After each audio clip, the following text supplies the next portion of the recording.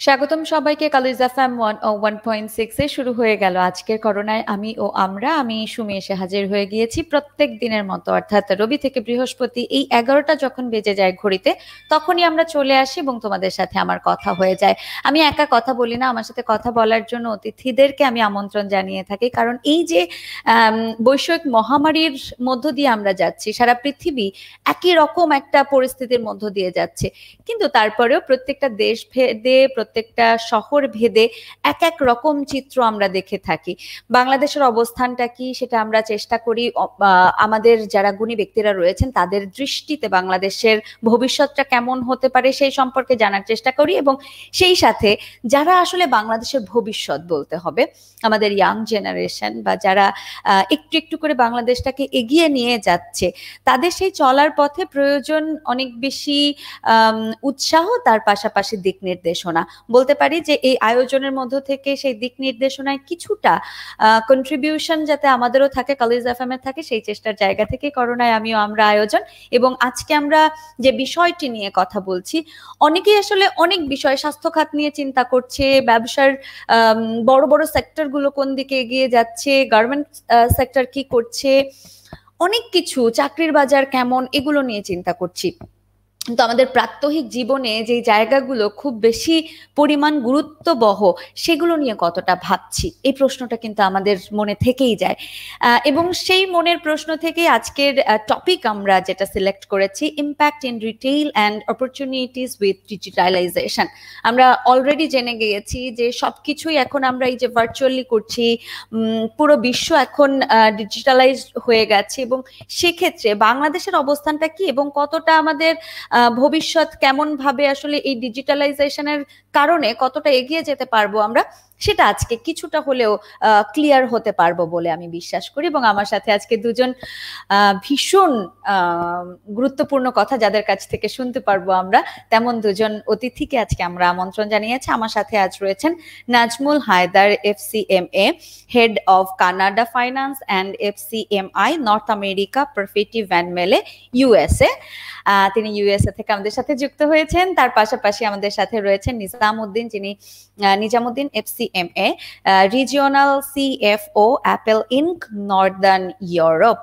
আপনাদের দুজনকেই স্বাগত জানাচ্ছি আমাদের আজকের করোনায় আমরা আয়োজনে। আমি জানি একজনের কেবল ভোর হলো আর একজনের মধ্যরাত, তারপরে আমাদেরকে সময় দিয়েছেন, তার জন্য অনেক অনেক ধন্যবাদ, অনেক অনেক কৃতজ্ঞতা। আমি শুরু করতে চাই, আমাকে বলে দিয়েছেন এখানে শুরুতে আমি একটু কথা বলতে চাই, সেটা হচ্ছে যে আজকের যে দুজন অতিথি তার সাথে আমার পরিচয় আজকে থেকে, কিন্তু তারা দুজন দুজনকে চিনেন কিন্তু একটা লম্বা সময় ধরে, তাদের মধ্যে একটা খুবই দারুণ সম্পর্ক রয়েছে, যেটা এরই মধ্যে আমি বুঝতে পেরেছি, এবং আমি শিওর যে আমার বন্ধুরা যারা আছেন তারাও কিছুক্ষণের মধ্যে বুঝে যাবেন।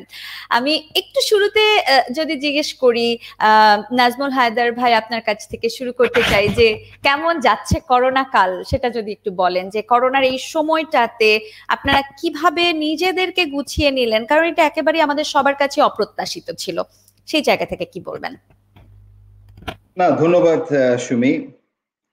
আমি যখন এই বাসাতে আসলাম, এটা একটা নতুন স্টেটে আসলাম, আমি USA তে, আমি আরেকটা স্টেটে ছিলাম ফেব্রুয়ারি পর্যন্ত। মার্চে আমি যখন আসলাম, আসার পরেই দেখলাম যে হঠাৎ মানে সমস্ত কিছু শুরু হয়ে গিয়েছে, এবং যখন এই প্রসেসটা দিয়ে যাওয়া শুরু করলাম তখন তো দেখতে পেলাম যে না, দিস ইজ সামথিং, মানে আসলে একটা মানে ভয়ঙ্কর একটা কিছু। তো তখন আসলে এখন যদি আমি চিন্তা করি তখনের কথা, এখনে আমি জিনিসটাকে আমি তিনটা হরাইজনে আমি যদি ভাগ করি, একটা হচ্ছে যে আমি একদম ইমিডিয়েট সেফটি, যে আমাকে সার্ভাইভ করতে হবে আমাকে এবং আমার আশেপাশে, আমার কমিউনিটি, আমার ফ্যামিলি, আমার বন্ধু বান্ধব, হ্যাঁ, সবাইকে আমাদেরকে সার্ভাইভ করতে হবে, ইমিডিয়েট যেটা। সেকেন্ড স্টেপটা আমি যদি চিন্তা করি যে আসলে দেন যে তাহলে সার্ভাইভ করার পরে তাহলে নেক্সট আসলে কতটুকু আমি কিভাবে সাস্টেইন করব। দেন 3 নম্বরে আমি যখন যাব যে আসলে তাইলে আমি সার্ভাইভ করার পরে আমি কিভাবে আবার রিটার্ন ব্যাক করব, আবার নিজেকে ইয়া করব। আসলে এই তিনটা আসপেক্টে কিন্তু শুধু আমি না, এই ওভারঅল আমার মনে হয় গ্লোবালি সবাই একই জিনিস ভাবছে, যে এই তিনটা আসপেক্টে আমরা ভাবছি। আর যদি জিজ্ঞাসা করেন সুমি, শিক্ষা, মানে প্রত্যেকটা জিনিস থেকে তো আসলে শিক্ষা নেওয়া হয়। শিক্ষার এখানে সবচেয়ে বড় যে শিক্ষাটা হয়েছে আসলে আমরা যেটা বুঝেছি, যে আমাদের সবসময় চিন্তা ছিল যে অর্থনীতি, বাজার নীতি, ব্যবসা বাণিজ্য, চাকরি, সকালবেলা ঘুম থেকে উঠলেই অফিসে যাইতে হবে, বাট হঠাৎ করে দেখলাম সব বন্ধ হয়ে গেল। যে মানে এইটা কিন্তু একটা বিশাল বড় একটা শিক্ষা, যে আসলে অর্থ, চাকরি, কাজ কিন্তু সব না। আগে যে জিনিসটা হচ্ছে সেটা হচ্ছে যে নিজেকে বাঁচতে হবে, নিজেকে সেভ করতে হবে, আমাদের পরিবারকে সেভ করতে হবে। এবং করার পরে আরেক সেকেন্ড জিনিসটা বুঝলাম যে প্রাকৃতিক শক্তিটা, যে আমরা আসলে খুবই অসহায়, আমাদের যত বড় জেট প্লেন থাকুক আর যত বড় টাকা পয়সা থাকুক, যাই থাকুক। সো এন্ড লাস্ট আমি যেটা বলবো, যে আমি বেশি কথা বলবো না, যে আমার একটু থামাই দিবেন, আমি অনেক সময় একটু বেশি কথা বলি। তো কোনো অসুবিধা নেই, কোনো অসুবিধা নেই। তো লাস্ট যেটা হচ্ছে যে সেটা হচ্ছে যে আসলে ধৈর্যটা, যে এক ধরনের ওই যে ব্যাঙের যেরকম হাইবারনেশনে যাইতো না ব্যাঙ, যে একটা নিজে মানে গুটায় রাখতো যে এখানে, ওই যে ওইখানে চলে যাওয়া, নিজেকে ভিতরে গুটে ফেলে আমাকে একটা মেডিটেশন স্টাইলে, বা আমাকে নিজের ভিতরে ঢুকা, আসলে নিজেকে বুঝা, নিজেকে জানা। হ্যাঁ, এই যে ধৈর্যের পরীক্ষাটা, আসলে এটা একটা অনেক বড় পরীক্ষা। আমি মনে করি দ্যাট ইজ বিশাল একটা জিনিস আমাদের এটা শিক্ষা হয়েছে এখানে। আমি মনে করি that is a big learning. যে এবং আমি আরেকটা জিনিস ফিল করি, আমি লাস্টে এটা বলবো, যে আমাদের ওভারঅল বিজনেস আসপেক্টে যদি বলি, বিজনেস আসপেক্টের একটা বড় একটা ব্যাপার আছে কি জানেন, সেটা হচ্ছে যে risk analysis, risk management, crisis management. আমি যেটা ফিল করি, ক্রাইসিস ম্যানেজমেন্টের মিঠু সংজ্ঞা কিন্তু টোটালি পাল্টায় যাবে এখন। এখন নতুন করে কিন্তু লিখতে হবে আবার সবকিছু, মানে দ্যাট ইজ দ্য লার্নিং। আমি দেখি কিভাবে আমরা নতুন করে লিখবো। That is my takeaway. Thank you. Thank you ভাইয়া। আমি একটু নিজামুদ্দিন ভাইয়ের কাছে আসি, যে এই যে নিউ নর্মাল একটা বিষয়, নতুন ভাবে আসলে আমরা এই এই এই শব্দটার ব্যবহার ঠিক কোভিডের আগে আমরা কতখানি করেছি আমি জানি না, বাট এই এখন সময়টা হচ্ছে এই যে নিউ নর্মাল বিষয়টাতে আসলে কোন কোন দিকগুলো সব থেকে বেশি নজরে এসছে, যদি বলি যে লক্ষ্য করেছেন কি কি কি ধরনের পরিবর্তন এই নিউ নর্মালে আমরা দেখতে পাচ্ছি? Thank you Sumit. আমার কাছে নিউ নর্মাল বা হয়তো future normal, it's already past normal. হ্যাঁ, যেটা অলরেডি হয়ে গেছে এটা নো মোর নিউ নর্মাল, তাই না? তো আমি যেভাবে দেখি ব্যাপারটা, আমাদের মধ্যে মেজর চেঞ্জ আসছে, যে চেঞ্জটা নাজমুল ভাই কিছুটা টাচ করেছেন। আমার এন্ড থেকে আমি মেজর চেঞ্জ গুলি যদি দেখি, if I break it down into 3 segment. First হচ্ছে আমার ফ্রেন্ডস এন্ড ফ্যামিলি। হ্যাঁ, আমি যেটা মেজর চেঞ্জ দেখেছি সেটা হচ্ছে, যেহেতু বাসা থেকে কাজ করি since first week of March, I have been really investing and offering quality time to my kids and family. Plus আমি আমার ফ্রেন্ডদেরকে অনেক সময় জুম মিটিং করে কিংবা ফেস টাইম করে কল করতাম। এটা আমার কাছে একটা মেজর চেঞ্জ মনে হয়েছে। And to be honest, আমার কাছে যেটা মনে হয়, the greatest gift you can give to your child is your presence and undivided attention.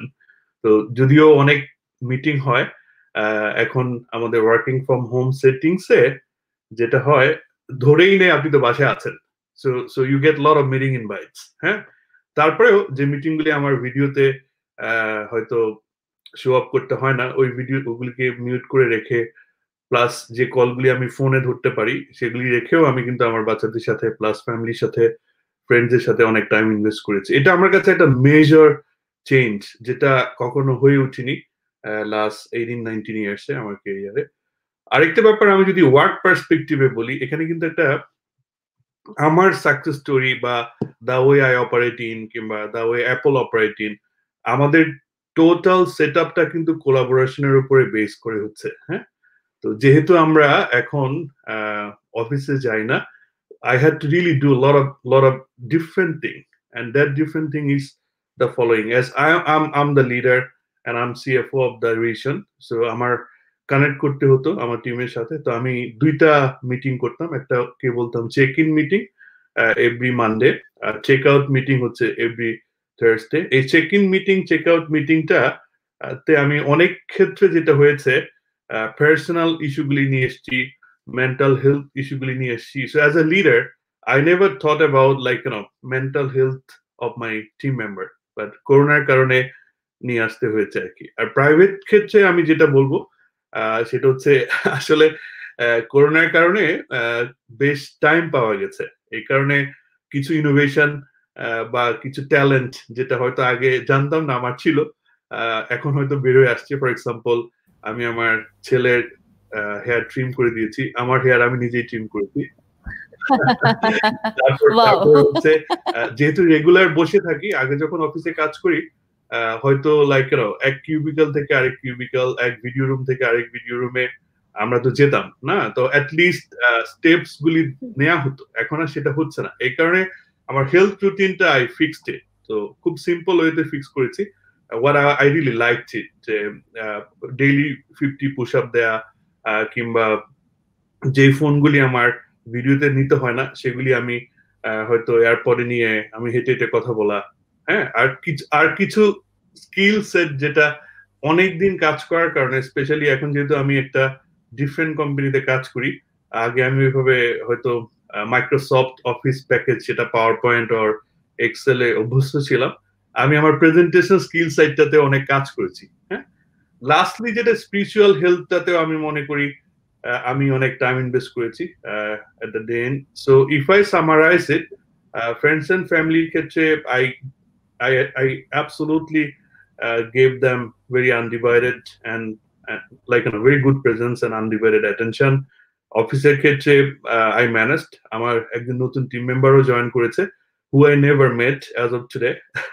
অনলাইনেই তাকে আমি টেক ওভার করেছি, প্লাস অনবোর্ড করেছি।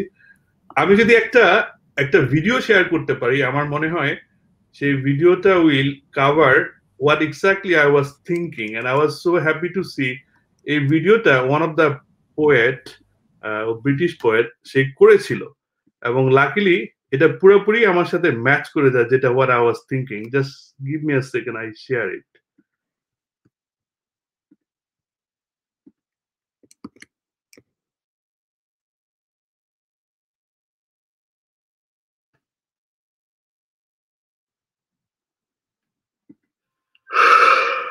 Tell me the one about the virus again, then I'll go to bed. But my boy, you're growing weary, sleepy thoughts about your head. Please, that one's my favorite. I promise just once more. Okay, snuggle down, my boy, though I know you know full well. The story starts before then, in a world I once would dwell.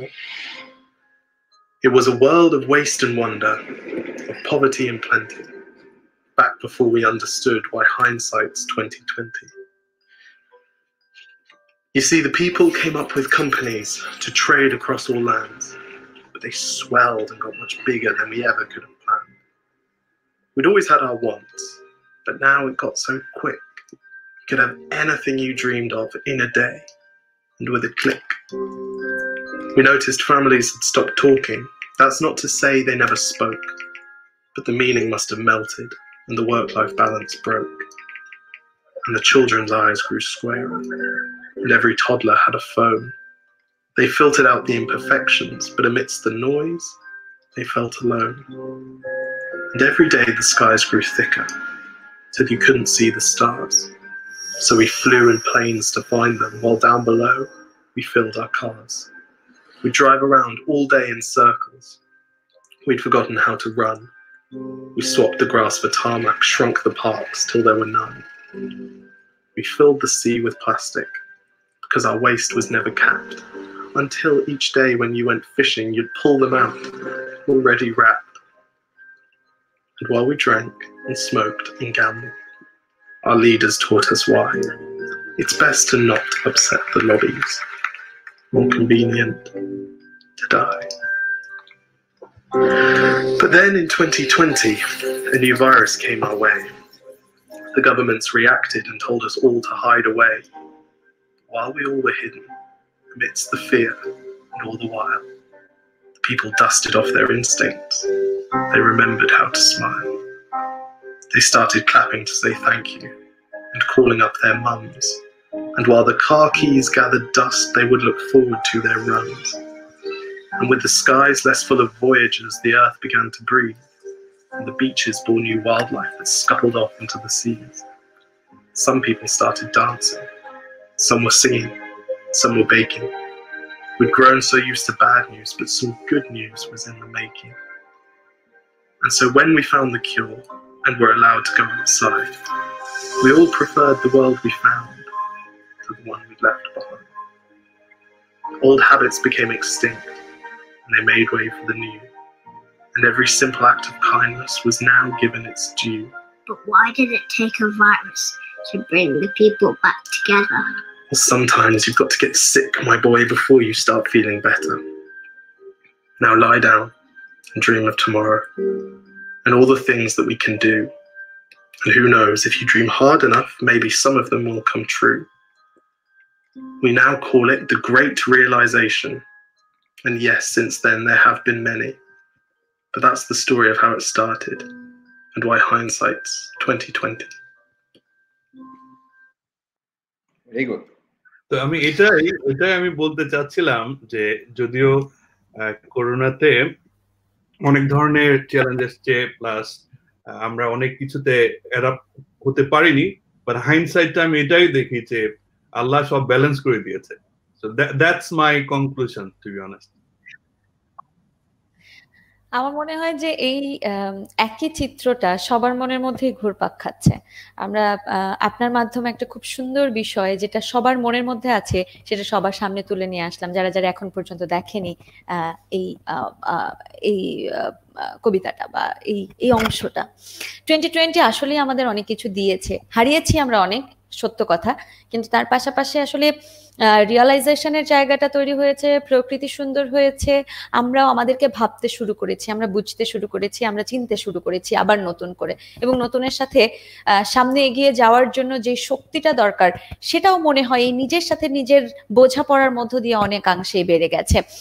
আমি এবারে একটু টপিকের দিকে আসি এবং সেই সাথে বন্ধুদের জন্য বলতে চাই, যারা যারা এই মুহূর্তে আমাদেরকে দেখছো, চাইলে তোমরাও কিন্তু আমাদেরকে তোমাদের কমেন্ট গুলো করে ফেলতে পারো, বা তোমাদের যদি কোনো কিছু জানার থাকে সেটা জানতে চাইতে পারো।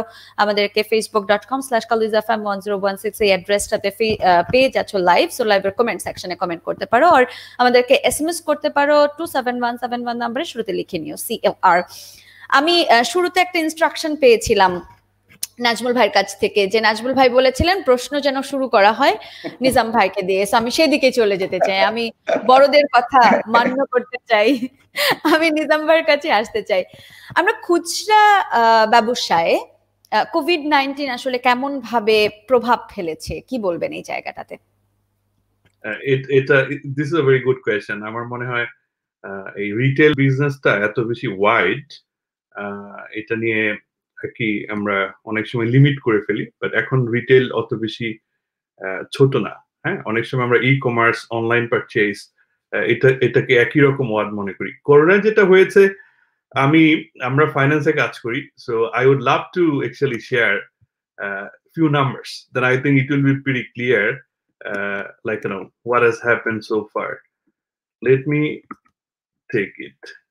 So আমি যেভাবে দেখি ব্যাপারটা, 5টা company I'm talking about, and I'll try to summarize the whole discussion in like covering those 5 companies. একটা হচ্ছে Amazon, একটা হচ্ছে American Airlines, আর একটা হচ্ছে eBay, আর একটা হচ্ছে Walmart, আর একটা Tesco। হ্যাঁ, আমরা যদি দেখি কি হয়েছে, Amazon গত ফেব্রুয়ারিতে যখন করোনা ফার্স্ট আউটব্রেকটা হলো, 62% Amazon-এর মার্কেট শেয়ার, মার্কেট ক্যাপিটালাইজেশন বেড়েছে, শেয়ার প্রাইস বেড়েছে। হ্যাঁ, সেম গোজ উইথ eBay, 56% বেড়েছে। আমেরিকান এয়ারলাইন্স 59% কমেছে, এবং টেসকোর 11% কমেছে। What does it mean? It means যে ব্রিক এন্ড মর্টার যে স্টোরগুলি, লেটস সে আমাদের স্বপ্ন কিংবা আলমাস যে স্টোরগুলিতে আছে, এগুলিতে লোকজন যাওয়া বন্ধ করে দিয়েছে। আর বন্ধ করে দেওয়ার কারণে দেখা গেছে গ্লোবালি 2020-তে অ্যারাউন্ড 11,000 স্টোর বন্ধ হয়ে যাচ্ছে এবং যাবে। and you would be very surprised, some of the stores like Victoria's Secret, they are closing 250 stores as we speak.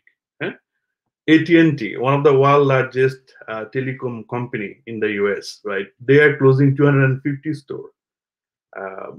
Then Gap, আমরা সবাই চিনি, 230 stores বন্ধ করে ফেলছে doesn't necessarily mean যে ওরা ব্যবসা গুটায় নিচ্ছে.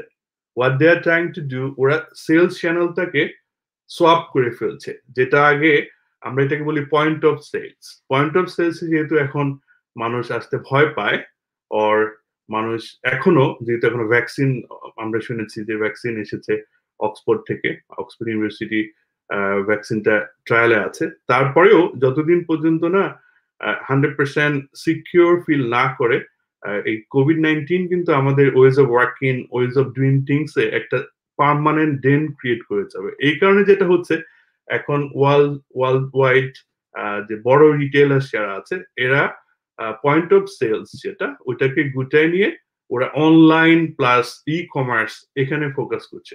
এবং অ্যামেজিংলি বোজের মতো company, they are also closing down 50 stores. এটা খুব অ্যালার্মিং। হ্যাঁ, আমরা হয়তো বাংলাদেশে ব্রন এন্ড বরাব যারা আমরা আছি, আমরা জানি যে গার্মেন্টস সেক্টর কত ইম্পর্টেন্ট। হ্যাঁ, যারা আগামী 2 বছরে 1000 to 1200 স্টোর বন্ধ করে দিবে।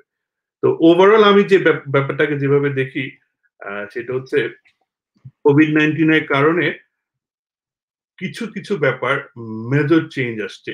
একটা হচ্ছে মানুষের পারচেজিং বিহেভিয়ার।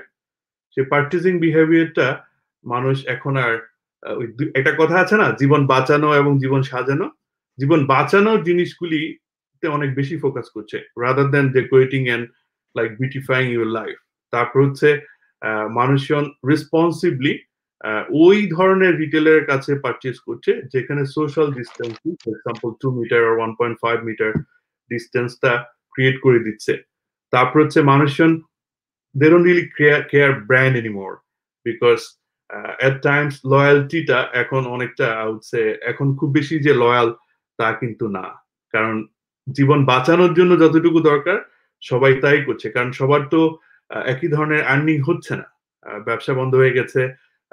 ইউরোপে তো specially Spain plus Italy plus Germany, in the UK অনেক স্টোর তো বন্ধ হয়েছিল, প্রায় 80-90% তো অলমোস্ট লকডাউনে ছিল। তো মানুষের তো ইনকাম ডিস্ট্রিবিউশনটা ওইভাবে ছিল না, সেই কারণে মানুষের পারচেজিং পাওয়ারটাও কমে গেছে।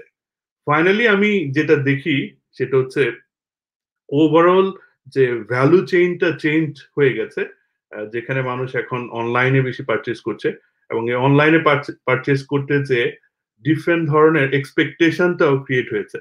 আমরা যেমন এটাকে আমরা কাস্টমার এক্সপিরিয়েন্স বলি, আমাদের বাংলাদেশে কতটুকু আমরা কাস্টমার এক্সপিরিয়েন্স বা কাস্টমার সার্ভিস পাই এখনো, some are doing good but some still need to do a lot। এই কাস্টমার এক্সপিরিয়েন্সটা এখন একটু ডিফারেন্ট হয়ে গেছে। সেটা হচ্ছে যে হয়তো আমি ফর এক্সাম্পল আমি আইফোন থেকে করব কিংবা ম্যাক থেকে করব, কেউ আইপ্যাড থেকে করবে, হোয়াটএভার। সো আপনার যে ডিভাইসটা থেকে আপনি ওই কোম্পানির ওয়েবসাইটে যে পারচেজটা করতে চান, ওই পারচেজিং ইজিনেসটা কেমন, হ্যাঁ, এটার উপরে বেস করে লোকজন অ্যাকচুয়ালি এখন পারচেজিং বিহেভিয়ারটা চেঞ্জ করছে। সবচেয়ে ভেরি ইম্পর্টেন্ট, আমি যে সেক্টরে কাজ করি, স্মার্টফোনের শিপমেন্ট 48% কমে গেছে ইফ উই টেক মার্চ থেকে জুন পর্যন্ত। আমি এই ডেটাটা শেয়ার করেছি, ক্যানালিস্ট নামে একটা অ্যানালিস্ট আছে, ওরা পাবলিশ করেছে লাস্ট উইকে। সো ওভারঅল রিটেল বিজনেসটা অনেক ক্ষেত্রে, as you could understand, has been pretty much challenged by COVID-19. এই তো আমার কাছে মনে হচ্ছে যে এই মোমেন্টে এতটুকু ইজ এনাফ।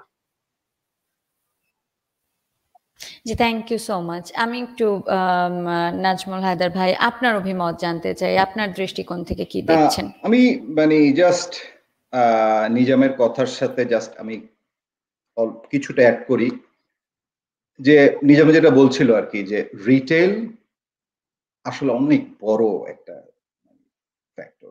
টোটাল গ্লোবালি যদি আমরা রিটেল মার্কেটটা দেখি, almost $24 trillion market, $24 trillion market তো গ্লোবালি, এবং $24 ট্রিলিয়ন মধ্যে ইউএসএ তে শুধুমাত্র $6 ট্রিলিয়ন।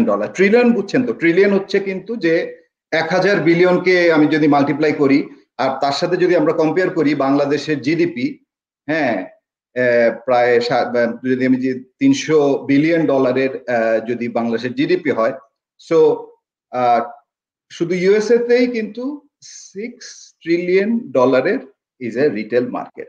এবং রিটেল মার্কেটে যেটা দেখলাম, যেটা হলো এখন প্রায় অলমোস্ট রিটেল মার্কেট কিন্তু ড্রপ করেছে আপনার 5.7 to 8% retail market sharply drop করেছে বিফোর জুনে কিন্তু আবার একটু গেইন করতেছে, আবার একটু কিছুটা গেইন করছে রিটেল মার্কেটটা। তো রিটেলের সবচেয়ে ইন্টারেস্টিং যে জিনিসটা হচ্ছে, শুধুমাত্র আমার কাছে যেটা মনে হচ্ছে যে আমি যখন আসলাম ইউএসএ তে, আমার কাছে সবসময় একটা জিনিস দেখতাম যে আমরা তো আসলে management accountant, cost and management accountant. তো আমাদের কাছে সবসময় একটা খুব ইম্পর্টেন্ট একটা জিনিস যে আমার কাছে মনে হতো যে এই যে এতগুলা মানে বিশাল বিশাল বড় বড় দালান কোঠা, বিল্ডিং, মেসি টেসি, এই সেই এগুলা, আর এই অ্যামাজন শুধুমাত্র মানে ডেলিভারি দিচ্ছে, তাদের কোনো দোকান নাই, আর এদের সব দোকান এগুলো হয়তো বন্ধ হয়ে যেতে পারে। তার মানে এতগুলা সেট আপ, এতগুলা ফিক্সড বিল্ডিং বন্ধ হওয়ার সময় ছিল কিন্তু কোভিড-19 এর আগেও। আর COVID-19 is very bad but is a big blessing for the online business. Online বিজনেসের জন্য কিন্তু আলটিমেটলি এটাকে আরো অ্যাক্সিলারেটেড করেছে, এটাকে আরো ফাস্টার করেছে। এটা হচ্ছে মোটা দাগের হিসাব বলতেছি। একদম যদি আমি এখন রুট লেভেলে যাই, আমি আমার নিজের অভিজ্ঞতা যদি বলি, আমি ছোট্ট একটা শেয়ার করি, একটা ছোট্ট ছবি শেয়ার করি। তো সেই আমি ছবিটা শেয়ার করতে যাচ্ছি এই কারণে যে আসলে আমাদের নিজেদের এক্সপেরিয়েন্স কি।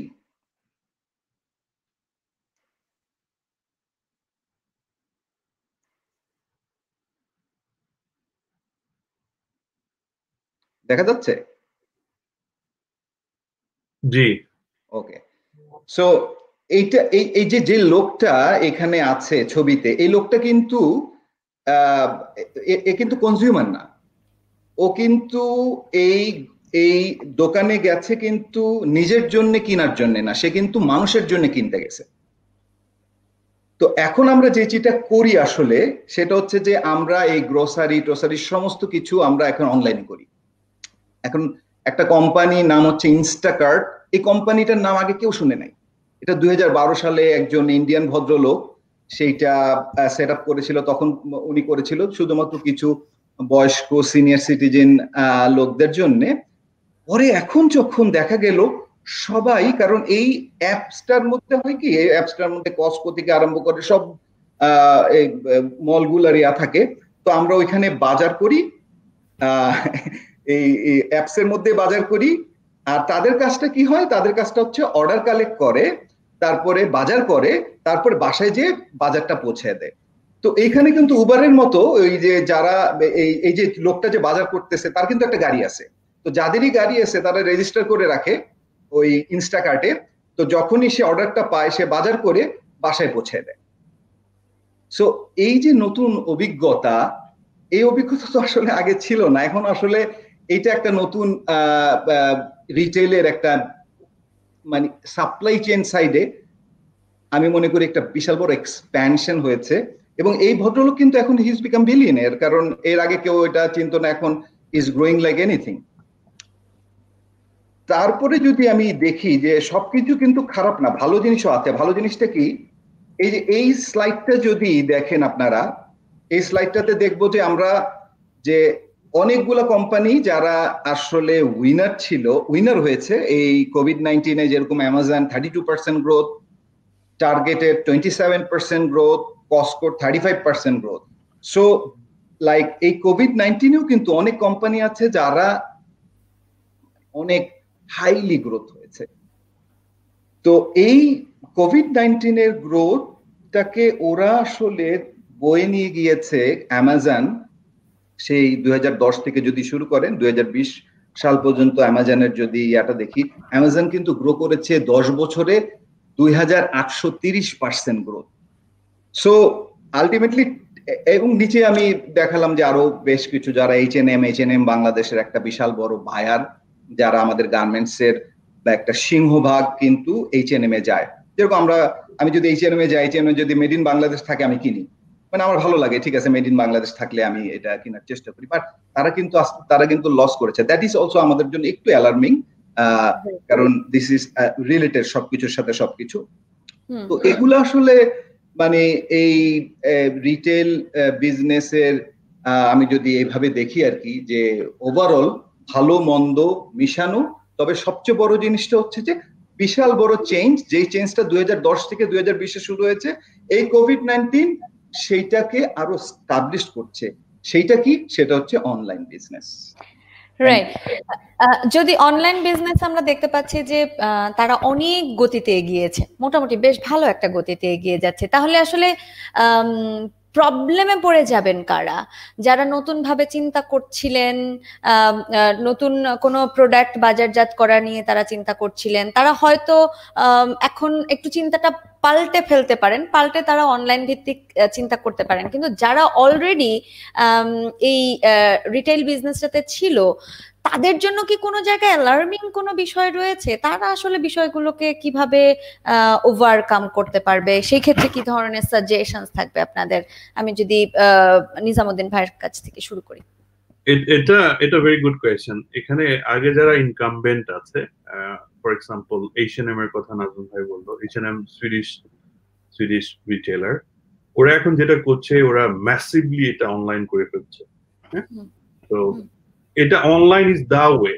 নাজমুল ভাই যেটা বললেন যে অ্যামাজন কিন্তু কোভিড-19 এর সময় রাইজ করেছে, নট নেসেসারিলি। হ্যাঁ, অ্যামাজনের রাইজটা গত 8-10 বছর থেকেই হচ্ছে। এবং if you look at Amazon success story, ওদের সাকসেস স্টোরিটা কেন? ওদের সাকসেস স্টোরিটা হচ্ছে সেম ডেতে delivery, free delivery, plus wide variety of like তাদের টোটাল মেনুটা অনেক বড়। হ্যাঁ, ওদের total product category plus overall you almost can buy everything. হ্যাঁ, ফর এক্সাম্পল জার্মানিতে অ্যামাজনের মাধ্যমে ওরা অনেক কিছু ফিক্স করে, প্রাইস থেকে শুরু করে Amazon became some sort of standard. তো আমার কাছে যেটা মনে হয়, এখন যারা প্রোডাক্ট লঞ্চ করছে কিংবা প্ল্যান করছে, এখন প্রোডাক্ট লঞ্চটা কিন্তু ভেরি কমপ্লিকেটেড। প্রোডাক্ট লঞ্চিংটা মানে কি? প্রোডাক্ট লঞ্চিংটা হচ্ছে আপনার নতুন প্রোডাক্ট বের হয়েছে, এটাকে আপনার কনজিউমারের কাছে, আপনার কাস্টমারের কাছে এই মেসেজটা নিয়ে যাওয়া, তাই না? এটা আসলে যদি আমি টেকনিক্যালি বলি, ATL and BTL বলি আমরা, হ্যাঁ, above the line and below the line, and ATL BTL নিয়ে কতটুকু হবে I am not sure, because এখানে you have to be very responsible. আপনি যদি এখন ফর এক্সাম্পল স্কিন কেয়ারের কোনো অ্যাড দেন, ফর এক্সাম্পল নতুন প্রোডাক্ট লঞ্চ করেন, people might not take it positively. হয়তো যদি আবার একটা ধরেন ফর এক্সাম্পল এখন কোভিড-19 এর ভ্যাকসিন বের হয়েছে কিংবা রিলেটেড প্রোডাক্ট বের হয়েছে, ওই থেরাপিউটিক এরিয়ায় কোনো মেডিসিন বের হয়েছে, ওইটা কিন্তু লোকজন খুব ভালোভাবে নিবে। এই কারণে এখন প্রোডাক্ট লঞ্চ করতে যে ফর এক্সাম্পল ইউসি আমার কোম্পানি অ্যাপল, আমরা প্রায় 3টা প্রোডাক্ট লঞ্চ করেছি। আমরা আইফোন স্পেশাল এডিশন লঞ্চ করেছি, আমরা ম্যাকবুক প্রো লঞ্চ করেছি, আমরা আইপ্যাড প্রো লঞ্চ করেছি। আমাদের ডিভাইসগুলি people need it to work from home, to buy things. এই কারণে যেটা হয়েছে, আমি অ্যাপলকে রিপ্রেজেন্ট করি না এখন I am more individual than what I do in Apple. But overall, যদিও স্মার্টফোনের শিপমেন্ট কমে গেছে 48%, কিন্তু আইপ্যাড, ম্যাক এগুলি অনেক বেড়ে গেছে, because people need those devices to get connected with their family, with their friends, and also buy things, right? You need a device. So Xiaomi নামে একটা কোম্পানি আছে, they also deal mobile handset. ওরা একটা phone launch করেছিল কিছুদিন আগে। ওরা দেখা গেছে একটা কোম্পানিকে, অনলাইন কোম্পানিকে, for 12 hours they rented out. হ্যাঁ, so because you have to reach out people somehow. হ্যাঁ, তো ওভারঅল আমি যদি সামারি করি, আমার কাছে যেটা মনে হয়, এখন প্রোডাক্ট লঞ্চিংটা might fire back unless you have right content, unless you connect with your right audiences. তারপরে হচ্ছে সব কান্ট্রিতে, সব জায়গায় হয়তো আমরা ওই ডিজিটালি কানেক্ট ওইভাবে করা যায় না। It's about experience. আপনি যদি একটা ফর এক্সাম্পল স্মার্টফোন লঞ্চ করেন, যারা অনেক ব্র্যান্ড স্ট্রং, হয়তো অ্যাপলের মতো, আমাদের হয়তো আমরা একটা সেগমেন্টে বিজনেস করি, দ্যাটস ওয়াই আমাদের বিজনেস ইম্প্যাক্ট অত হয়নি। আমাদের স্টক প্রাইস দেখা গেছে হয়তো আমরা এখনো ওয়ার্ল্ডের মধ্যে সবচেয়ে দামি কোম্পানি, অ্যারাউন্ড 1.7 ট্রিলিয়ন। হ্যাঁ, বিকজ আমাদের একটা স্পেসিফিক গ্রুপ আছে, ওই গ্রুপ আমাদের ব্র্যান্ড লয়ালের কারণে ওরা আমাদের প্রোডাক্ট কিনে। কিন্তু আপনি যদি মাস লেভেলের কথা বলেন, আমার কাছে মনে হয় ফার্স্ট অফ অল আপনি কোন অডিয়েন্সটাকে টার্গেট করছেন এখন যদি প্রোডাক্ট লঞ্চ করতে চান, ওরা কিভাবে রিচেবল, ওরা কিভাবে গেটেবল, এবং ওরা এই প্রোডাক্টটা এই মোমেন্টে চাবে কিনা। হ্যাঁ, কারণ লোকজন এখন আমরা যদি দেখি, এখানে ম্যাকিনজে একটা সার্ভে করেছিল লাস্ট উইকে, তো ওরা ওয়ার্ল্ডের প্রায় 42 কান্ট্রিজ নিয়ে একটা সার্ভে করেছিল। সার্ভে করার পরে দেখা গেছে ইন্ডিয়া আর চায়না ছাড়া কোনো লোকজনই আসলে বেশি পারচেজ করছে না। গ্রোসারি ছাড়া প্লাস লাইফ সেভিং ড্রাগস ছাড়া কেউই পারচেজ করছে না, কারণ no one is sure about their GDP, no one is sure about country's economy. যদিও if you look at stock exchange কিন্তু ডিফারেন্ট বিহেভ করছে, সব স্টক এক্সচেঞ্জে কিন্তু ভালো করছে, কারণ লোকজন বেশি পজিটিভ। এই কারণে পজিটিভ যে কোভিড-19 অনেক কিছু ফিক্স করে দিয়েছে, যেটা আমরা বলছিলাম যে অ্যামাজন কিন্তু আজকে একাই রাইজ করেনি, অনেক আগেই রাইজ করেছে। তো আমার ক্ষেত্রে মনে হয় কি প্রোডাক্ট লঞ্চিং এর ক্ষেত্রে এটা একটু কনসিডার করা উচিত, আপনার অডিয়েন্স প্লাস কিভাবে আপনি মেসেজটা নেবেন।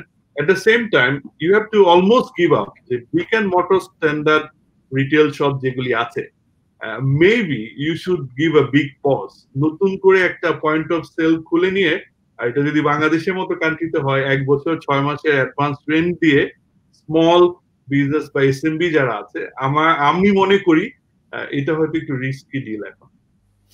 ওকে, আমরা খুব একটা ক্লিয়ার চিত্র পেলাম। তারপরে নাজমুল হায়দার ভাইয়া যদি কোনো কিছু অ্যাড করা থাকে।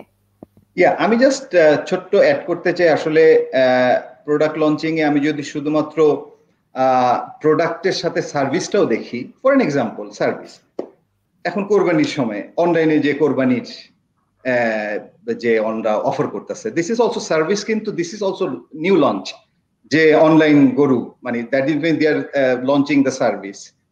সো এই টাইপের কিন্তু এখন যে সমস্যাগুলো আছে, সমস্যাটাকে ওভারকাম করার জন্য যে ধরনের সার্ভিসও কিন্তু নতুন একটা লঞ্চিং হতে পারে আর কি। তো লাইক আমি একটু আগে বললাম ইনস্টাকার্টের যে সার্ভিস, এটাও একটা মানে এই সময়ে নতুন। তারপরে যে যে ক্যাটাগরিটা এখন আসলে সবচেয়ে বেশি প্রয়োজনীয়, like medical accessories, house hold cleaning, হ্যাঁ, এখন কিন্তু আরেকটা জিনিস সবচেয়ে বেশি বিক্রি হচ্ছে, ফুডের থেকেও বেশি বিক্রি হচ্ছে, সেটা হচ্ছে ভিডিও গেম, টয়েস। মানুষ বাসায় থাকতেছে, তো এই ধরনের জিনিসগুলা লঞ্চিং গুলা কিন্তু অ্যাট্রাকটিভ লঞ্চিং এখন এই সময় আর কি, যে মানুষের এখন মানে ফ্যাশন চেঞ্জ হয়ে যাবে। কারণ এখন এমন একটা ফ্যাশন চাচ্ছে যে ঘরে, মানে আমি একটা যদি জামা কিনি বা আমি একটা ট্রাউজার কিনি, আমি যেটা ঘরে পড়তে পারবো, আবার আমি এটা পরে দৌড়াতে পারবো, হ্যাঁ, লাইক স্পোর্টি প্লাস ক্যাজুয়াল, ঘরের মধ্যে থাকা।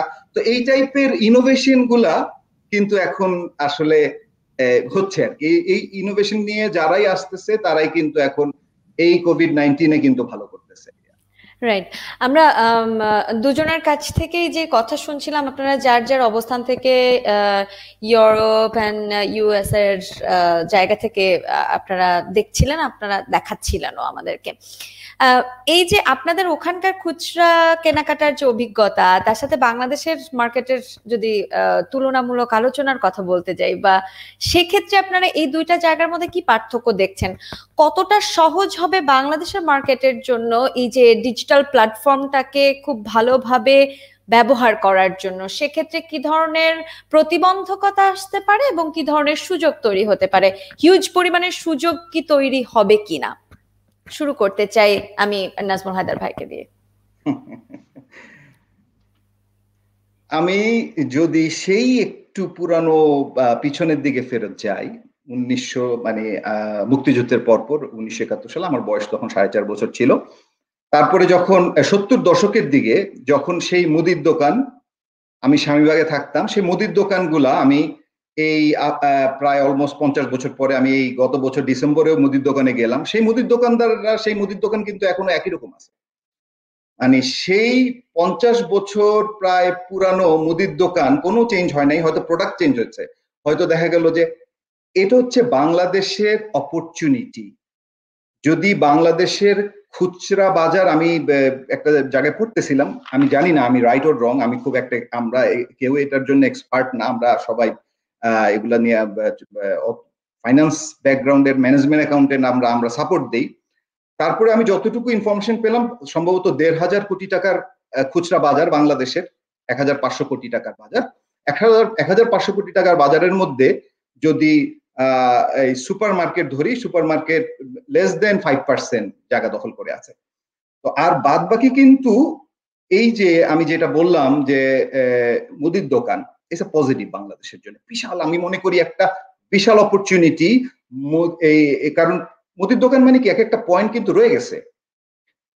দেন আমাদের গ্রামের হাটগুলা, হ্যাঁ গ্রামের হাট একদম কৃষকের কাছেই কিন্তু হাটগুলা রয়ে গেছে, প্রতি সপ্তাহে একটা হাট বসে, মোবাইল নেটওয়ার্ক আছে, তার মানে আমি কিন্তু ডিজিটালাইজেশনটাকে পাস করতে পারবো, বাংলাদেশে সেটআপটা আছে, এগুলো সব পজিটিভ। কিন্তু ডাটা অ্যাক্সেস আছে, তারপরে কি আছে, আমাদের জনশক্তি আছে, বিশাল একটা জনশক্তি আছে, আর প্লাস আছে আমাদের এই যে উদ্যমটা।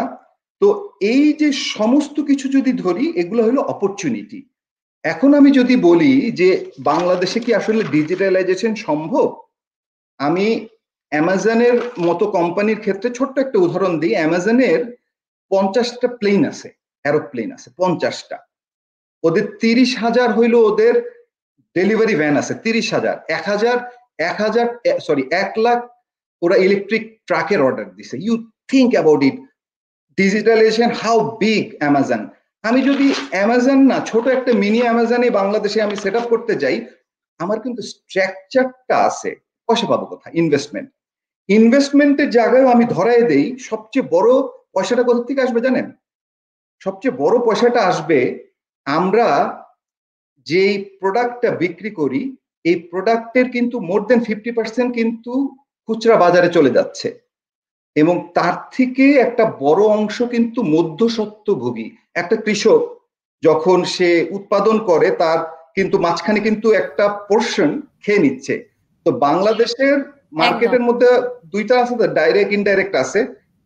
ইনডাইরেক্টের মধ্যে গুলো অনেকগুলো প্রসেস আছে, যদি 2টা বা 3টা প্রসেস কাট করে দেন, অনেক টাকা সেভ হয়ে যাবে। সেই টাকা দিয়ে আপনার আইটিতে লাগান, সেই টাকা দিয়ে মানুষজনকে আপনার ট্রেনিং দেন, সেই টাকা দিয়ে ইনফ্রাস্ট্রাকচার গুলো ডেভেলপ করা যায়। তো আমি মনে করি this is huge opportunity.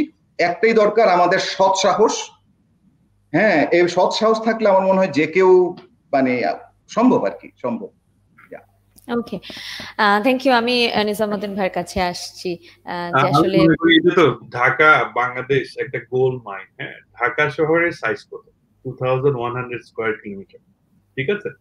22 million officially লোক থাকে, মানে 2 কোটির উপরে লোক থাকে। আমি যে কান্ট্রিতে আছি, এই কান্ট্রির সাইজ হচ্ছে অ্যারাউন্ড 400,000 স্কয়ার কিলোমিটার, ঠিক আছে?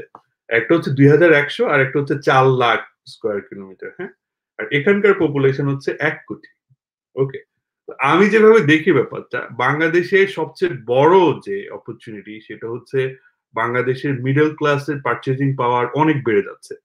So whatever business, be it service, be it manufacturing, be it retail, business must boom in Bangladesh. No one can stop it because middle class purchasing power বাড়ছে। That's why China এত বড় হচ্ছে, India এত বড় হচ্ছে না, কারণ Europe বা ইউএসএ তে দেখা গেছে স্যাচুরেশন এসে গেছে অনেক পয়েন্টে, কিন্তু বাংলাদেশ another 10-20 years এভাবে যাবে। সেকেন্ড হচ্ছে যে আমরা রিটেলের ক্ষেত্রে কিংবা সাপ্লাই চেইনের ক্ষেত্রে স্কেল বলে একটা কথা বলি, স্কেল। হ্যাঁ, বাংলাদেশে এই যে 21 million, forget about other series, হ্যাঁ, 21 মিলিয়ন পিপলকে, 2 কোটির উপরে পিপলকে আমরা অ্যাড্রেস করতে, ডেলিভারি করতে, আমার যদি 5টা থেকে 10টা ওয়্যার হাউস থাকে, হেঁটে হেঁটেই বা বাসায় যে প্রোডাক্ট দিয়ে আসতে পারবো। You don't have to come to my store. আমি যেটা দেখি, বাংলাদেশে গ্রেট অপরচুনিটি আছে। প্লাস সবচেয়ে বড় অপরচুনিটি যেটা আমি দেখি, এই কোভিড-19 এর কারণে এখন কিন্তু আমরা জানি বাসা থেকে কাজ করা যায়। So you don't have to be physically present in your office. কয়েকটা রোল ছাড়া, যেমন direct services role, technician role, যেটা ফিজিক্যালি হয়তো ডিভাইস হ্যান্ডেল করা লাগে। তো আমি দেখি বাংলাদেশে বেশ অপরচুনিটি আছে, যেহেতু আমাদের ম্যান পাওয়ারটা অনেক ভালো, প্লাস বাংলাদেশি এখন young generation, they are very good engineers plus graduates plus entrepreneur, অনেক ভালো। এই অপরচুনিটিটা আমরা নিতে পারবো, কারণ অনেক গ্লোবাল কোম্পানি ওরা আর পার্মানেন্ট হেডকাউন্ট খুব বেশি রাখবে না, স্লোলি বাট শিওরলি ওরা এভাবে ডাইভার্স করে ফেলবে। আর ফাইনালি আমি যেটা দেখি, ইনফ্রাস্ট্রাকচার ওয়াইজ বাংলাদেশ কিন্তু অনেক দূর আগানো। ইনফ্রাস্ট্রাকচারটা কি, এখন সবকিছুই কিন্তু ইন্টারনেট বেসড, যদিও মানে আমি ওইভাবে সমালোচনা করব না, আমাদের হয়তো ইন্টারনেট ইনফ্রাস্ট্রাকচারটা আরো ভালো হতে পারতো, প্লাস গভর্নমেন্ট যদি আইসিটি ইন্ডাস্ট্রিটাকে, স্পেশালি টেলকো সাইডটাকে আরেকটু ফেভার করতো। আমার কাছে মনে হচ্ছে বাংলাদেশ গভর্নমেন্টের, আগে আমি ব্রিটিশ আমেরিকান টোবাকোতে কাজ করতাম, টাকার একটা সোর্স হচ্ছে বিএটি ওই সময়টাতে, আর এখন হচ্ছে টেলকো কোম্পানি। হ্যাঁ, একটা ধারণা হচ্ছে, হুইচ ইজ রং ধারণা, যে সব কিছু বাতাসে থাকে, টাকা বাতাস থেকে নিয়ে যায়, but that's not true. Bangladesh থেকে লিগালি $1 আনা তো ভেরি কমপ্লিকেটেড। আমি মনে করি এই যে মানে যে এখানে যে অবস্টাকল গুলি আছে, আমার যদি আজকে ইন্টারনেটের ব্যান্ডউইথটা অনেক ভালো থাকে, আমার যদি স্পিড থাকে, তাহলে আমাদের লোকজন ইজিলি রিচ আউট করতে পারবে। আর সবচেয়ে বিগেস্ট চ্যালেঞ্জ সেটা হচ্ছে, আমি মনে করি যে ডেলিভারি দেওয়া, যেমন Pathao was a great example, very unfortunate যে ছেলেটা মারা গেছে। পাঠাও টাইপ এই ধরনের ইনোভেশন কিন্তু বাংলাদেশে অনেক আছে। যখনই আমাদের লোকজন কিন্তু এখন আমরা করি কি, if you look at Eid কিংবা অন্য যে কোনো পয়লা বৈশাখ কিংবা অন্যান্য যে গভর্নমেন্ট বা পূজা ভ্যাকেশন গুলি আছে, বাংলাদেশে অনেক লোকজন কিন্তু বাইরে চলে যায়, মালয়েশিয়া চলে যায়, সিঙ্গাপুর চলে যায়, because people have purchasing power. তো এই সার্ভিসগুলি লোকজন is fine to spend few more টাকা to get a good service and good experience. এটা বাংলাদেশে আমি বলবো একদম গ্রিন ফিল্ড, কাস্টমার এক্সপেরিয়েন্স বা সার্ভিস যেটাই করেন এটাই চলবে। ঢাকা শহরের মতো রেস্টুরেন্ট স্টোর কয়টা আছে? বিকজ অন্য কোনো এন্টারটেনমেন্ট নাই, এই কারণে আমরা খেতে পছন্দ করি, যেতে পছন্দ করি। আপনি যেই সার্ভিসই করেন, বাংলাদেশের মতো কান্ট্রিতে মিনারেল ওয়াটার এত বড় ইন্ডাস্ট্রি হবে, হু নিউ দ্যাট? যে দেশে ফ্লাডে এখনো আমাদের ডিফারেন্ট এরিয়াগুলি ফ্লাডেড হয়ে যায়, তাই না? কিন্তু এখন কিন্তু মিনারেল ওয়াটার কিন্তু বড় একটা সেগমেন্ট, এখন কফি টি বড় একটা সেগমেন্ট। আমি মনে করি কোভিড-19 বাংলাদেশের জন্য ভেরি পজিটিভ। আমরা ভেরি ব্লেসড এন্ড গ্রেসড বাই আল্লাহ। অনেক ক্ষেত্রে আমাদের এই দেশের মানুষগুলি অনেক এট টাইমস আমরা ভেরি আনলাকি। আমাদের লিডারশিপ নিয়ে অনেক চ্যালেঞ্জ আছে, ইনফ্রাস্ট্রাকচার নিয়ে চ্যালেঞ্জ আছে, কিন্তু আমাদের যে young plus energetic and talented generation আছে, এরা কিন্তু বাংলাদেশকে অনেক দূর নিয়ে যাবে। I am very positive. Thank you. আমরা যখন আসলে আমি প্রোগ্রামটা শুরু করেছিলাম, তখন আমি আসলে ভেবেছিলাম যে এটা আমি 4 মাস আগে থেকে শুরু করেছি আমার এই প্রোগ্রামটা। সো তখন আমি ভেবেছিলাম যে হয়তো অনেক হতাশামূলক কথা শুনতে হবে, বা ওই হতাশামূলক কথা থেকে একটা নতুন পৃথিবীর বা নতুন একটা ভোরের কোনো কথার আশার বাণীর জায়গাটা হয়তো আমরা পেতে পারবো, এরকম চিন্তা থেকে আমি আসলে প্রথম দিকে এটা শুরু করেছিলাম। বাট সারপ্রাইজিংলি আমি আসলে প্রত্যেকটা এপিসোডে আমি অনেক পজিটিভ এনার্জি পেয়েছি। যেমন ভাবে আপনারা আসলে বাংলাদেশের এই মার্কেটটাকে চিন্তা করছেন, যেভাবে মানে দেখে এটার যে পজিটিভ ভাইবটা আপনি দিলেন, এই জিনিসগুলো আপনাদের এই ভাইবটা আসলে ছড়িয়ে যাওয়াটা আমাদের লিসনারদের মাধ্যমেও যদি এটা ছড়িয়ে যায়, সেটা অনেকখানি কাজে আসবে বলে আমার বিশ্বাস। কিন্তু অনেক সময় হয় যে সুযোগগুলোকে সঠিকভাবে আমরা গ্রহণ করতে পারি না। আমাদের সুযোগ আছে, কিন্তু সেখানে যদি আমরা গ্রহণটা না করি তাহলে তো এগিয়ে যাওয়া সম্ভব না। তো সেই জায়গা থেকে যদি আমাদের এই কোভিড-19 একটা তো ধাক্কা এসেছেই, বেড়েছে কোথাও আবার অনেকে তো ধাক্কা পেয়েছেও।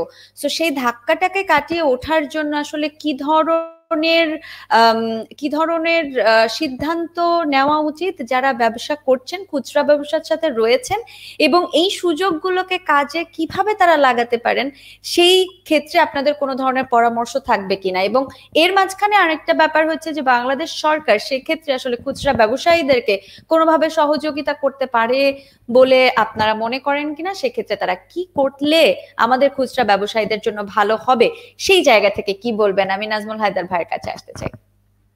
আমাদের দুইটা টার্ম আমরা ইউজ করি সাধারণত, একটা হচ্ছে প্রফিট ম্যাক্সিমাইজেশন আর একটা হচ্ছে ওয়েলথ ম্যাক্সিমাইজেশন। তো আমার মানে উপদেশ থাকবে আমাদেরকে শর্টকাট ওয়েটা ত্যাগ করতে হবে, যে শর্টকাটে প্রফিট করা বাদ দিতে হবে, এটা ভুলে যেতে হবে। হ্যাঁ, দ্যাট উইল বি ড্যামেজিং এ লট। এটা হলো এক নম্বর। আমাদের ওয়েলথ ম্যাক্সিমাইজেশন কথা চিন্তা করতে হবে, যে আজকে থেকে আমরা 5 বছর, 10 বছর, 20 বছর, 50 বছরে আমরা কোথায় দাঁড়াবো, এক নম্বর। 2 নম্বর হচ্ছে যে আমাদের ম্যাক্সিমাম আমি দেখেছি যে আমাদের গার্মেন্টস ইন্ডাস্ট্রি এত বড়, বিশ্বের 2 নম্বর গার্মেন্টস ইন্ডাস্ট্রি, তারপরও এত বড় রোবাস্ট গার্মেন্টস ইন্ডাস্ট্রি দিন আনে দিন খায়ের মতো অবস্থা। মানে দেখা গেল যে ওদের ফাইন্যান্সিয়াল হেলথ ভেরি পুর। তো আমরা এখানে, আমি মনে করি এখানে শুধুমাত্র আমি বিজনেস কমিউনিটিকে বলবো যে আসলে দক্ষ লোকদেরকেও কাজে লাগাতে হবে। ইউ শুড ইউটিলাইজ যে আমাদের স্কিল লোকজন আছে, যেরকম বিজনেস মার্কেটিং এর লোক আছে, ম্যানেজমেন্ট অ্যাকাউন্টেন্ট আছে, একটা ইনস্টিটিউট আছে।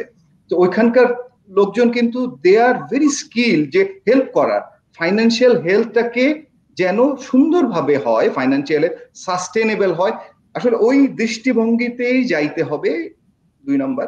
আর 3 নম্বর হচ্ছে ডেফিনেটলি গভর্নমেন্ট হেল্প করবে, বাট গভর্নমেন্টের হেল্পে, মোটিভেশনে আমরা 50 বছর স্বাধীনতার পরেও যদি আমরা গভর্নমেন্টের হেল্পের উপর ডিপেন্ডেন্ট হওয়া উচিত না। মানে গভর্নমেন্ট ডেফিনেটলি পলিসি দিয়ে হেল্প করবে, পলিসি দিয়ে পেট্রোনাইজ করবে, মোটিভেটেড করবে, বাট আমি মনে করি যে শুধুমাত্র গভর্নমেন্ট না, কারণ আমি আরেকটু আশার আলো দেখাই সুমি, সেটা হচ্ছে যে মানে গ্লোবালি সবাই বলতেছে 2021-এ কিন্তু আল্লাহর রহমতে যদি এই বন্যাটার যদি ধকলটা আমরা কাটাইতে পারি, যদি ওরকম না হয়, ওয়ার্ল্ডের সবচেয়ে নাম্বার 1 জিডিপি হবে কিন্তু বাংলাদেশে 9.5%, মানে ফোরকাস্ট বলতেছে আর কি, যে 9.5%। সো এই অপরচুনিটিটাকে আসলে আমাদের, আমি মনে করি আমাদের প্রাইভেট সেক্টরে অসাধারণ সব গুণী লোকজন আছেন, অসাধারণ এন্টারপ্রেনিয়র আছেন, ওরা অবশ্যই ওনারা কাজে লাগাবেন। যদি ওনাদের এবং বাইরেও যারা আছে, আমাদের বাইরেও যারা কাজ করছে, যেরকম ইন্ডিয়াতে কিন্তু ওরা এই অপরচুনিটি কাজে লাগানোর জন্য বাইরের থেকে যারা ইন্ডিয়ান যারা বাইরে কাজ করছে তাদেরকেও নিয়ে আসতেছে। হ্যাঁ, সো চায়না তো নিয়ে আসতেছে। সো ওই ধরনের আমার মনে হয় একটা সম্মিলিত দরকার আর কি, সম্মিলিত ন্যাশনালি ইন্টারন্যাশনালি সবাই মিলে সম্মিলিত প্রচেষ্টা করে আমি মনে করি বাংলাদেশের এই অপরচুনিটিটা আমরা অবশ্যই যেন আমরা কাজে লাগাইতে পারি আর কি। Thank you. নিজাম ভাই, আপনার যে কোয়েশ্চেন, 3টা পার্ট, ব্রেক ইট ডাউন। হ্যাঁ, ফার্স্ট পার্টটা আমার কাছে যেটা মনে হচ্ছে যে অনেক সময় আমরা অপরচুনিটি কেন নিতে পারি না, এটা আমি, it might sound a bit negative, but আমার কাছে এটা, আমার ভার্সন অফ ট্রুথ হচ্ছে আমাদের কপি করা বন্ধ করতে হবে। এই বাংলাদেশে একটা জিনিসের কারণে স্টার্ট আপ হয় না। পোড়াবাড়ি চমচম, টাঙ্গাইল পোড়াবাড়ি চমচম ছাড়া মিষ্টি দোকান খুব কম পাওয়া যায় ঢাকা শহরে। কেন রে ভাই? নোয়াখালীর চমচম তো হতে পারে, তাই না? পোড়াবাড়ি চমচমই কেন হতে হবে? Copy paste. একজন ভালো করেছে, খুব কুইক গেইন করতে চায়, যেটা নাজমুল ভাই টাচ করেছিল। হ্যাঁ, সেকেন্ড পয়েন্ট, ফর এক্সাম্পল ওই একই জিনিস যদি আমি বলি, ওই যে কুমিল্লার রসমালাই, কেন শুধু কুমিল্লারই হইতে হবে? এই বাংলাদেশে কপি করার মেন্টালিটিটার কারণে স্টার্ট আপ গুলি সবচেয়ে বেশি ফেল করে। এই কারণে ইয়াং এন্টারপ্রেনাররা ওরা বেশি এগোতে পারে না। আমার কাছে মনে হয় এই কপি করার চিন্তা ভাবনাটা বাদ দিয়ে যারা ইনভেস্ট করেছে ওদেরকে একটু সাস্টেনেবল ভাবে মানে ভালো করতে দেয়া লাগবে, একটু আমাদের ব্রড হইতে হবে মেন্টালি। আরেকটা ব্যাপার যেটা আমি মনে করি হেল্প করা উচিত, গভর্নমেন্টের হেল্প করা উচিত, সেই ক্ষেত্রে লেট মি শেয়ার, এটা ওয়ার্ল্ড ওয়াইড খুব ক্লিয়ার, প্রত্যেকটা কান্ট্রিতে লিকুইডিটি অ্যাসিস্ট্যান্স, সেটা মানে ক্যাশ অ্যাসিস্ট্যান্স, এটা দিতে হবে। বাংলাদেশ গভর্নমেন্টও ম্যাসিভ অ্যামাউন্টের একটা ক্যাশ ইনসেন্টিভ দিয়েছে ফর রেডিমেড গার্মেন্টস, প্লাস প্রায় তো কত, if I am not wrong, 500,000 পিপলকে 2,500 টাকা করে দিয়েছে। এই যে অ্যাসিস্ট্যান্সটা, এটা ডিস্ট্রিবিউশনটা যাতে প্রপার হয়। তারপরে এই যে রিটেল ইন্ডাস্ট্রি বা যারা ছোট ছোট বিজনেস নিয়ে আসতে চায়, কিংবা যাদের অলরেডি ইনফ্রাস্ট্রাকচার আছে, এরা কিন্তু চাইলেই এই সোশ্যাল ডিস্টেন্সিং মেজারটা নিতে পারবে না। এখানে গভর্নমেন্টের হেল্প লাগবে, কমিউনিটির হেল্প লাগবে। আমরা যারা আছি, যারা আমরা মনে করি আমরা কমিউনিটিকে অফকোর্স কিছুটা গিভ অ্যাওয়ে করা উচিত, সেই ক্ষেত্রে আমরাও হেল্প করতে হবে। এই সোশ্যাল ডিস্টেন্সিংটা আমাদের কিন্তু কোভিড-19 নিয়েই এখন যেতে হবে আর কি, যেটাকে হার্ড ইমিউনিটি বলে। এটা ছাড়া আসলে we can stop our life. হ্যাঁ, তারপরে আমি যেটা মনে করি, এর আগে বলেছিলাম যে রিটেল ইন্ডাস্ট্রিটা আছে, যারা brick and mortar related store, ছোট ইনভেস্টর বা এসএমবি, এদেরকে কিন্তু স্লোলি বাট শিওরলি এদের সেল চ্যানেলগুলি এখন ডিজিটালাইজ করতে হবে, এদের অনলাইনে যেতে হবে। আর ভেরি ইম্পর্টেন্টলি যেটা এখানে আমরা হয়তো দেখেছি করোনার সময়, ঈদের সময় স্পেশালি, আপনার একবার কি হলো, একবার হচ্ছে রেডিমেড গার্মেন্টস এর আমাদের গ্রাম থেকে 300 কিলোমিটার দূর থেকে লোকজন হেঁটে বাসে করে ঢাকায় চলে আসলো, আবার 2 দিন পরে আবার চলে গেল, আবার যেতেও দিল না। হ্যাঁ, এই যে এখানে যে একটা সিরিয়াস চ্যালেঞ্জ আছে, এটা কিন্তু গভর্নমেন্ট প্লাস স্পেশালি এন্টারপ্রেনার যেটা আছে, নাজমুল ভাই যেটা বলেছে, they can't just talk about quick cash, they gotta think about sustainability, and sustainability has got 3 layers. এখানে মানে সোশ্যাল ইকোনমিটা প্লাস লঙ্গার ইফেক্টটা নিয়ে আসতে হবে। সো আমার মনে হয় এখানে পলিসি মেকারদের প্লাস আমরা যারা আছি কর্পোরেটিভ বিভিন্ন সেক্টরে কাজ করি, এখানে আমাদের হেল্প করতে হবে। ইউ কুড সি এখন বাংলাদেশে যে ই কমার্স আছে, অলরেডি এই চাল ডাল যেটা আছে, একটা they already recruited around 3,000 people more, ওদের 300% গ্রোসারিজ বেড়ে গেছে, সবকিছু কিন্তু পজিটিভ। তো এটাই আমার কথা। যদি আমি সামারাইজ করি, প্লিজ কপি করা বন্ধ করেন, ইয়াং এন্টারপ্রেনারদেরকে উঠতে দেন। সেকেন্ড হচ্ছে যে এই ক্যাশ বা আমরা যে ইনসেন্টিভটা দিয়েছি, এই ইনসেন্টিভটা যাতে প্রপারলি ডিস্ট্রিবিউট হয়, otherwise it will not bring any results. আর লাস্ট আমি যেটা বলবো সেটা হচ্ছে যে গভর্নেন্স তো লাগবেই, আমাদের management accountant plus cost audit, very important thing as well. এগুলি যদি আমরা ভালো করে স্টক মার্কেটটাকে রেগুলেট করে কোম্পানিগুলিকে হেল্প করতে পারি, লোকজন তখন ওইখানে হ্যাপিলি ইনভেস্ট করবে। That's how I see. বাহ, আমার জায়গা থেকে তো আমি একটা খুবই সুন্দর এবং ক্লিয়ার একটা চিত্র আমি আজকে আপনাদের কাছ থেকে দেখতে পেলাম। যতটুকু আপনারা দেখালেন এবং আপনার কথার মধ্য থেকে আমি যতটুকু দেখতে পেলাম, আমি শিওর যে আমাদের যারা বন্ধুরা আছেন তাদের এই কনভারসেশন বা আমাদের এই যে আড্ডার মধ্য দিয়ে বের হয়ে আসা বিষয়গুলো তাদেরকে অনেক বেশি সহযোগিতা করবে। আমি দুজনকে অনেক ধন্যবাদ জানাতে চাই। আমি শুরুতেই যে কথাটা বলেছিলাম যে একজনের মধ্যরাত, আমরা যখন কথা শুরু করেছিলাম তখন রাত 1টা বাজে নাজমুল হায়দার ভাইয়ের এখানে, এবং এখন রাত 2টো। আর সেক্ষেত্রে নিজামুদ্দিন ভাইয়ের ক্ষেত্রে কেবল সকাল হয়েছিল এবং সকালটা আমাদের সাথে শুরু করলেন আজকে। আশা করি এই যে মানুষের মধ্যে পর্যন্ত আপনাদের চিন্তাগুলো পরিসরণ হওয়া বা একে একে সামনে এগিয়ে যাওয়া, সেটা আপনাদের একটা ভালো লাগার জায়গা নিশ্চয়ই তৈরি করবে। থ্যাংক ইউ আমাদের পক্ষ থেকে, অনেক কৃতজ্ঞতা আমাদেরকে সময় দেওয়ার জন্য। ভালো থাকবেন, আপনারাও সাবধানে থাকবেন। অসংখ্য ধন্যবাদ। Thank you very much. Thank you. Thank you. আমার আসলে আরো অনেকগুলো প্রশ্ন ছিল সকাল থেকে, যেই প্রশ্ন করব ভেবেছিলাম, অনেক কথা বলার ছিল আজকের অতিথিদের সাথে, কিন্তু সময়ের স্বল্পতার কারণে হয়তো আরো অনেক জিজ্ঞাসা আমার আজকে জানার হলো না। তবে হ্যাঁ, যতটুকু আমরা জানতে পারলাম সেটা তোমাদের জন্য অনেক বেশি কাজে আসবে এবং তোমাদেরকে সহযোগিতা করবে, এটাই হচ্ছে প্রত্যাশা। কিন্তু একটা ব্যাপার, সুযোগ আমাদের অনেক ক্ষেত্রেই আসতে পারে, কিন্তু সঠিক সময়ে সঠিক সুযোগকে সঠিকভাবে গ্রহণ করতে না পারলে পিছিয়ে পড়তেই হবে। আমরা জাতি হিসেবে অনেক শক্তিশালী একটা জাতি, যে কোনো পরিস্থিতিকে সামনে এগিয়ে যেতে পারি। তাই সুযোগটাকে সঠিকভাবে কাজে লাগিয়ে সামনে এগিয়ে যাব, এই প্রত্যয় এবং এই প্রত্যাশা নিয়ে আজকের মতো বিদায় নিচ্ছি। কথা হবে আবারও আগামীকাল। ততক্ষণ পর্যন্ত কালেজ এফএম 101.6 এর সাথে থাকো, নিজেরা সাবধানে থাকো। সরকার কর্তৃক যে সকল নির্দেশনাবলী রয়েছে সেই নির্দেশনাবলী মেনে চলে নিজেকে সুস্থ রাখো, পরিবারকে সুস্থ রাখো, পরিবেশকে সুস্থ রাখো, সর্বোপরি দেশকে ভালো রাখো। আজকের মতো বিদায়।